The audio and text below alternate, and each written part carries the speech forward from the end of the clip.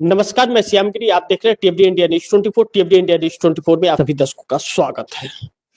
मोदी का विरोध इजराइल में, अब तो 100% पीएम की कुर्सी जाएगी। राहुल गांधी का एक और ऐलान, बड़ी महत्वपूर्ण बिंदु पर इस वक्त हम लोग चर्चा करेंगे, जो आज चर्चा का विषय भी बन गया और अब दर्शक चौंक जाएंगे। जो सरकार के बेइज्जतियां जो हो रही हैं, यह सरकार सुधरेगी या नहीं सुधरेगी, सहयोगी दल सुधारेंगे या देश की जनता सुधारेगी, यह आने वाला वक्त बताएगा। लेकिन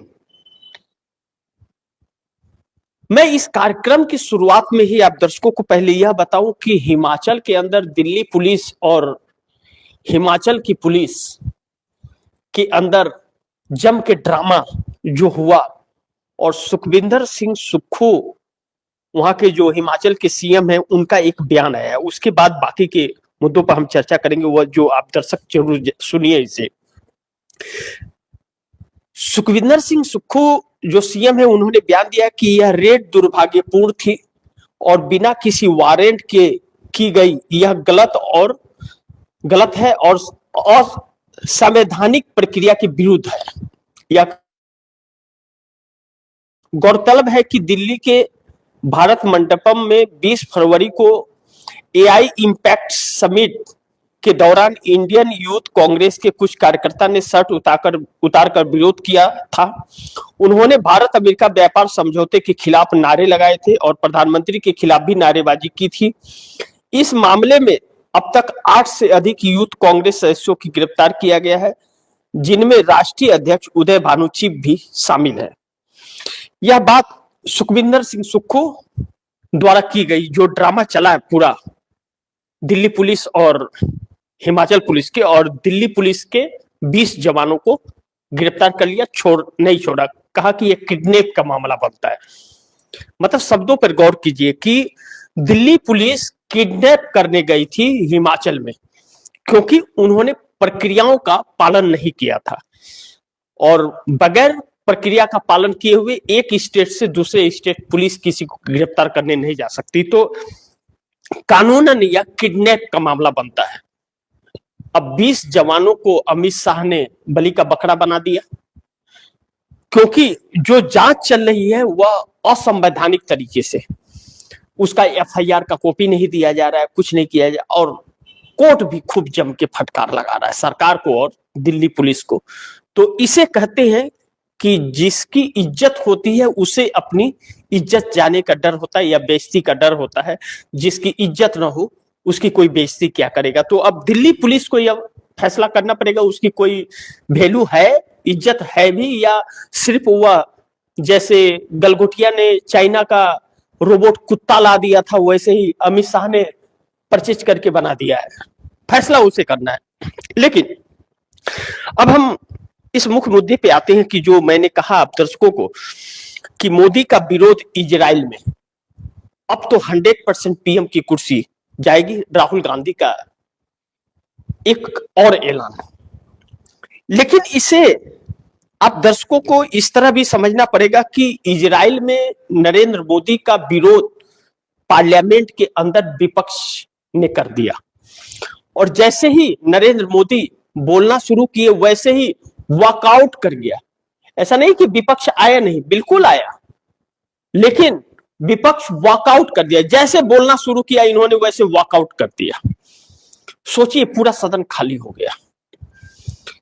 अब ऐसे में आनन फानन में पूर्व सांसद, जो हारे हुए सांसद थे, उन लोगों को बुला करके पार्लियामेंट में बैठा करके भीड़ दिखाना पड़ा। तो कितनी बड़ी बेइज्जती यह होती है। लेकिन मैंने कहा ना कि इज्जत जाने का डर उसे होता है जिसकी कोई इज्जत होती है, जिसकी इज्जत ना हो उसे इज्जत जाने का डर क्या होगा। दोनों जगहों पर यह लागू होता है। इजराइल दौरे पर मोदी के लिए लागू होता है, और अमित शाह की कठपुतली बनी दिल्ली पुलिस हिमाचल जाके जो खुद पर किडनैप का केस, अब इसे वह बरी नहीं हो सकती। यह किडनैपिंग का केस चलेगा, क्योंकि उसने हर चीज का उल्लंघन किया है। कोई भी रूल्स फॉलो नहीं किए। यहां तक कि सुखविंदर सिंह सुक्खू के गवर्नमेंट को या वहां की पुलिस, हिमाचल की पुलिस को अरेस्ट वारंट का कॉपी नहीं दिखा पाई। किसने आदेश दिया अरेस्ट करने के लिए? एफआईआर की कॉपी नहीं दिखा पाई। क्यों नहीं दिखाना चाहती यह सरकार या इस सरकार के ब्यूरोक्रेसी, पुलिस? किसी के खिलाफ केस फाइल है और आपके पास एफआईआर नहीं है, उसके ऊपर आप देशद्रोह का मुकदमा लगाने के लिए तैयार हो।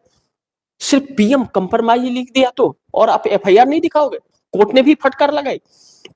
यह सारी चीजें सरकार के खिलाफ जाती है। अब नरेंद्र मोदी जैसे भाषण देने के लिए शुरू हुए, एक तो उनकी इंग्लिश जो है, विश्व में इकलौते छात्र इंग्लिश के रहे हैं नरेंद्र मोदी, जो वो बोलते हैं तो उनको समझना बहुत कॉम्प्लिकेटेड होता है, क्योंकि उनका बहुत हाई हिस्ट्री का इंग्लिश है मोदी जी का।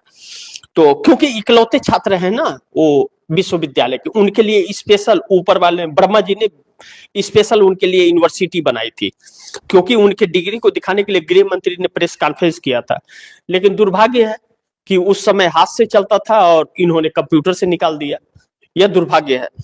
लेकिन वह जो भी हो, डिग्री की बात अलग है। लेकिन इजराइल में जाकर के फिर एक बार फेकम फेक मोदी जी ने फेंक दिया। कहा कि जिस दिन इजराइल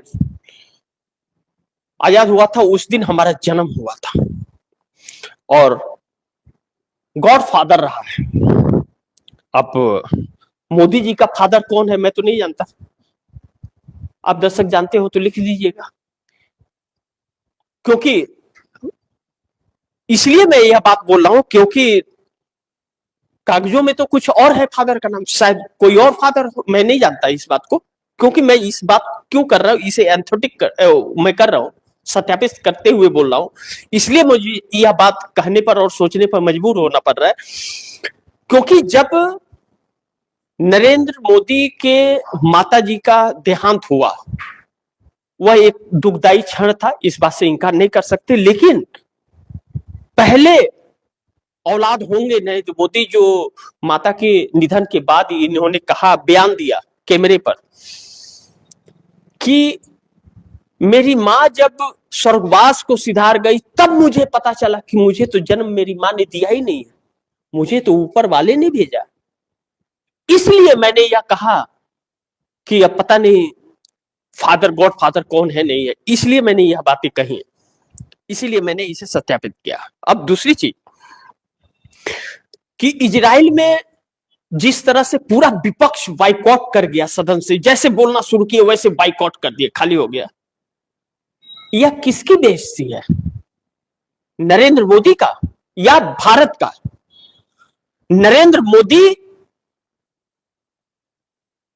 क्या पर्सनल गया हुआ था या भारत का प्राइम मिनिस्टर गया था इजराइल? यह देश का अपमान है।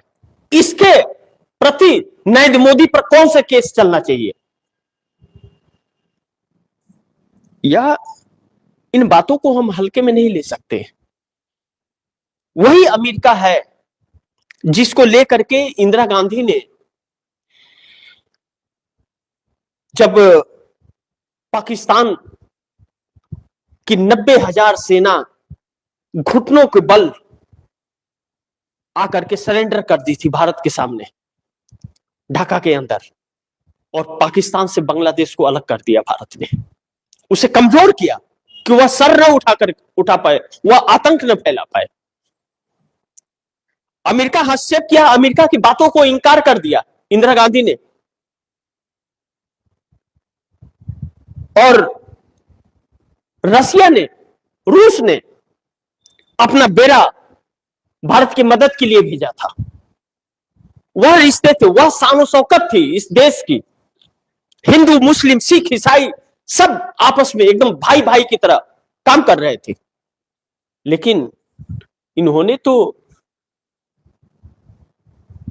बांग्लादेश जाते हैं तो कहते हैं कि बांग्लादेश की आजादी के लिए मैं जेलों में गया था। अरे कौन सी आजादी के लिए जेल में गया था भाई?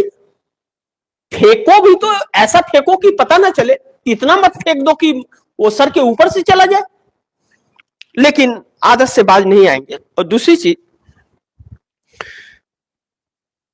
यह जो कर रहे हैं मोदी, यह आने वाले वक्त में इन्हें ही बहुत भारी पड़ने वाला है, इन्हें ही बहुत भारी पड़ने वाला है। क्योंकि इसलिए भारी पड़ने वाला है कि अब इनकी पोल खुल गई। एप्स्टीन फाइल बहुत सारा उजागर, आज भी बहुत सारे उजागर हुए हैं जो सीधे कटघरे में नरेंद्र मोदी खड़े होते हैं। इजराइल पर्सनल मैटर से यह गए हैं, अपने स्वार्थ के लिए, अपने स्वार्थ के लिए गए हैं, और उस स्वार्थ के अंदर छिपा है पेट्रोलियम मंत्री हरदीप सिंह पुरी का राज। यह वक्त बताएगा। लेकिन दूसरी तरफ मोदी के साथ यह क्या हुआ इजराइल के अंदर? इजराइल ने तो मोदी को कहीं का नहीं छोड़ा, घंघोर बेइज्जती हो गई कि सब वहां भी बाइकआउट कर गए। जो मेडल मिला वह मेडल आज तक किसी को नहीं मिला है, और वह कानूनन इजराइल गवर्नमेंट का मेडल नहीं है कोई। यानी कि इनके लिए स्पेशल स्पेशल आदमी के लिए स्पेशल मेडल बनाया गया था। ले लो भैया, आए हो, भूखे आदमी हो, इसी में जाओ, कुछ तो दे के ही जाओगे, आए हो तो खाली हाथ तो जाओ नहीं, तो कुछ भारत का लूटा जाओ, हमारे पास भी। ब्लैकमेल, वह एक दिखावा था। लेकिन राहुल गांधी ने केरल के अंदर जो ऐलान किया कि राहुल गांधी ने कहा अगर सरकार ने कदम नहीं उठाए तो मैं सारी फाइलें लीक कर दूंगा। एप्स्टीन की जितने रिकॉर्ड्स आए हैं सारे पूरे देश के बीच सोशल मीडिया पे डाल दूंगा। यह मोदी के लिए बहुत बड़ी चुनौती होने जा रही है, जो मोदी के लिए आने वाला वक्त बड़ी मुश्किल भरा होगा।